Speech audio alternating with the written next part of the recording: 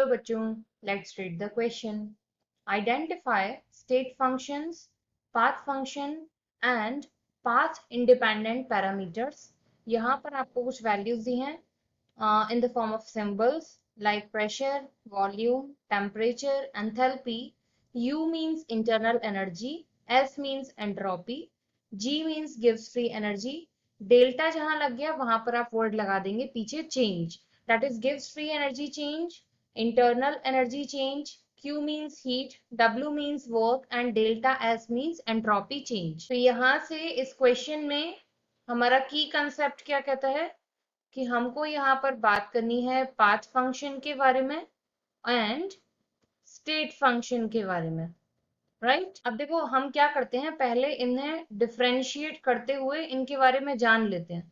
अगर हम एक बार जान जाएंगे कि यहाँ से स्टेट फंक्शन क्या है और पाथ फंक्शन क्या है, तो फिर हम क्या करेंगे, यहाँ पर जो भी हमें यहाँ पे सिंबल्स दिए हुए हैं उनको भी हम आइडेंटिफाई कर पाएंगे। अब देखो यहाँ पर स्टेट फंक्शन में जैसा नाम इंडिकेट कर रहा है कि पूरा जो फंक्शन है वो आपका किस पर डिपेंड कर रहा है, स्टेट पर। स्टेट का मतलब है कि इनिशियल से फाइनल स्टेट में जाने पर अगर आपकी वैल्यूज चेंज हो रही हैं स्टेट के चेंज होने पर, तो फिर वो आपका स्टेट फंक्शन में कंसीडर होगा।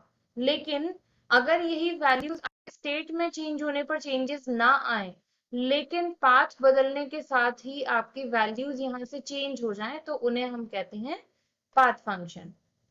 नेक्स्ट अगर हम पॉइंट की बात करें, क्योंकि यहाँ पर क्या है कि एक फिक्स्ड स्टेट की बात चल रही है, तो इसको हम लोग यहाँ पर पॉइंट फंक्शन भी कहते हैं।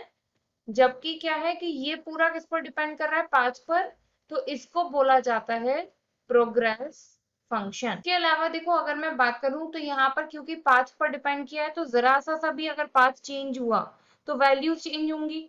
तो अगर स्मॉल वैल्यूज भी चेंज होंगी तो हमें यहाँ पर इनके कैलकुलेशन के लिए क्या करना पड़ेगा, इंटीग्रल लेने पड़ेंगे, लिमिट्स वैल्यूज लगानी पड़ेंगी। लेकिन यहाँ पर इस केस में ऐसी किसी भी चीज की आपको जरूरत नहीं होती है। नेक्स्ट अगर हम बात करें तो क्या होता है कि यहाँ पर पाथ जो है वो डिफरेंट रहेगा, लेकिन आपकी जो वैल्यूज हैं वो कैसी आएंगी, यहाँ पर सेम वैल्यू। डिफरेंट पाथ पर वैल्यू आएगी सेम, जबकि यहाँ पर क्या होगा, आपका डिफरेंट पाथ पर वैल्यूज हो जाएंगी डिफरेंट। अब यहाँ पर हम बात करते हैं कि किस किस फंक्शन की हमें यहाँ बात करनी है। देखो अगर मैं यहाँ दोनों का एग्जाम्पल कंसीडर करूं तो आपको एक चीज याद रखना है कि पाथ फंक्शन में सिर्फ तीन ही चीजें हैं जो कंसीडर होती हैं। एक है आपका वर्क, एक हो गया आपका हीट, और तीसरा क्वेश्चन में गिवन नहीं है लेकिन मैं यहाँ मेंशन कर देती हूँ आर्क लेंथ। तो इसके अलावा जो कुछ भी आपको यहाँ पर गिवन है वो सब कुछ आपका क्या है, स्टेट फंक्शन। देखते चलते हैं क्वेश्चन में। प्रेशर गिवन है, प्रेशर स्टेट फंक्शन हो जाएगा। वॉल्यूम हो गया आपका यहाँ से, टेम्परेचर भी, उसके बाद एंथैल्पी, इसके बाद आपकी हो जाएगी इंटरनल एनर्जी, फिर एंट्रोपी, उसके बाद गिव्स फ्री एनर्जी। और फिर देखो अगर यहाँ पर डेल्टा की चीजें थी तो डेल्टा मतलब क्या है कि फाइनल स्टेट में से इनिशियल स्टेट को यहाँ पर सब्ट्रैक्ट करना है।